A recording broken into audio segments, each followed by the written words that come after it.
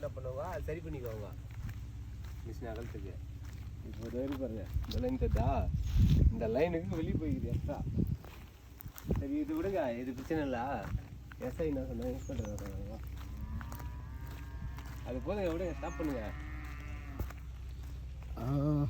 Inspector வந்து எதுக்கு நீங்கள் வீடியோ எடுக்கிறீங்க? உங்கள் வீட்டில் போய் வீடியோ எடுத்தால் விட்ருவீங்களா கம்முன்னு? சரி இன்ஸ்பெக்டர்கிட்ட வந்து இந்த மாதிரி முறைகேட்டு எடுக்க கம்ப்ளைண்ட் கொடுத்தா எடுத்துவாங்களாம்மா? நீங்கள் போய் பிடிஓ ஆஃபீஸில் கொடுங்க.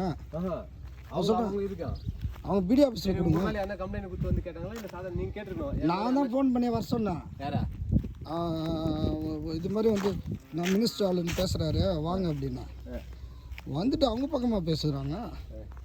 யோ நீ யாரையா, உனக்கு கேட்கணே உரிமைக்குது, நீ போயிட்டு உங்கள் வேலையை பாரியா? யாரும் பார்க்கட்டா தெரியலையா? ஏன்னா அவங்க வந்து லஞ்சம் கொடுத்துட்டு போஸ்டிங் வந்தாங்களா, இல்லை வந்து இப்போ இப்படி பேசிட்டேன் சார் நான் போயிட்டேன், அந்த தம்பி வந்து பேசுனாங்கல்ல, தூக்கி உள்ளே வச்சு எஃப்ஐஆர் போட்டுன்னு சொன்ன உடனே 2 லட்சம் 3 லட்சம் மினிஸ்டர் அனுப்புவார். நான் அனுப்பணும்? இந்த மாதிரி பிச்சை காசு வாங்கி சாப்பிட்ற உனக்கே இவ்வளோ திமிரு இருக்குன்னா ஏன்கிட்ட லா அண்ட் ஆர்டர் பேசுனா அப்புறம் வக்கீலுங்கனாவே போய் தான் சொல்லுவாங்களாம். இன்ஸ்பெக்டர் எல்லாம் உண்மையை வந்து கேஸை போட்டுறாங்க. அப்புறம் ஏன் ஜட்ஜி எதுக்கு, வக்கீல் எதுக்கு, கிராஸ் எதுக்கு? மொத்தம் 30 யூனிட்டா பேட்சுக்கியா? இல்லைண்ணா நான் அப்ராக்சிமேட்டாக சொன்னேன் 30 யூனிட்ல. எனக்கு அந்த இது எஸ்டிமேட் அது இதில் தானே வாங்கணும். அந்த எஸ்டிமேஷன் டீட்டெயில் கொஞ்சம் கொடுங்க. ஏன் தான் வாங்கணும்? ஆஃபீஸில் தான் வாங்கணும். சரி ஆஃபீஸ் கொடுங்க. அவர் நாராயண சார் கிட்ட வெயிட் பண்ணுவாரா? தபால் கொடுத்து ஒரு இதுக்காக சொன்ன அவர் கேட்டார்ல.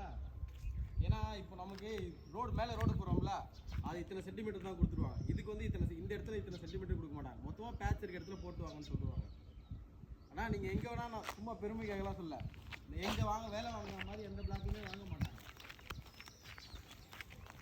ஆர்டிஐ போட்டால் 58 பஞ்சாயத்து தலைவர் ஒன்றா ஓடி வராங்களையா?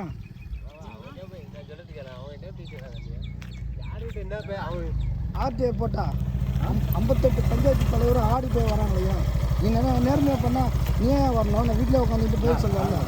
நாங்கள் எங்கேயுமே இது வரைக்கும் 15 ரோடு இந்த பிளாக்லேயே போட்டு புதுசாக நாங்கள் போஸ்டிங் பண்ணோம். புதுசாக இப்போ டெம்பரரியாக எடுத்து போட்டாங்க.